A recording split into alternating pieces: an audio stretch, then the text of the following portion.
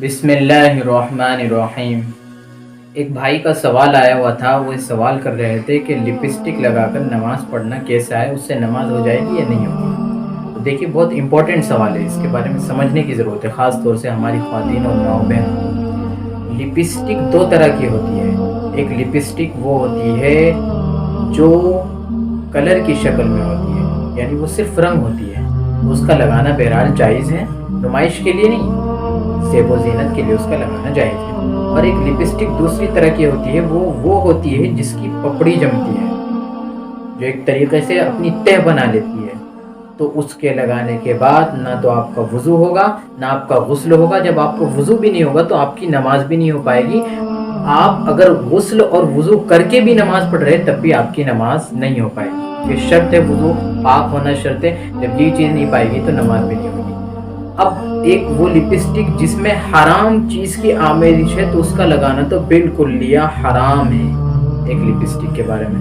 دوسری بات اسی سے متعلق اور اسی کے مناسبت سے ایک دوسری چیز آ جاتی ہے، مہندی۔ کون والی مہندی جو آتی ہے تو اس کا لگانا جائز ہے نہ جائز ہے، بہت سے لوگ یہ بھی سوال کرتے ہیں۔ تو کون والی مہندی کے بارے میں بھی یہی مسئلہ ہے کہ اگر وہ کون والی مہندی اس کی پپڑی جم رہی ہے یا اس کی تہ جم رہی ہے تو اس کو لگانے کے بعد اس سے نماز نہیں ہوگی، آپ کا وضو نہیں ہوگا، غسل نہیں ہوگا تو نماز بھی نہیں ہوگی۔ تو اس لیے ایسی مہندی نہیں لگانی چاہیے جس کی پپڑی جم رہی ہو۔ پپڑی جمنے کا مطلب یہ ہوتا ہے کہ پانی کے بدن کو پہنچنے میں وہ رکاوٹ اور مانع بنتی ہے۔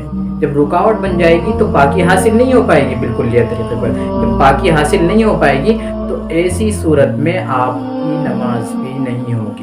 تو اس لیے ان دونوں چیزوں سے پرہیز کرنا چاہیے، جو پپڑی وغیرہ یہ اسی طریقے سے جس کی تہ جمتی ہو۔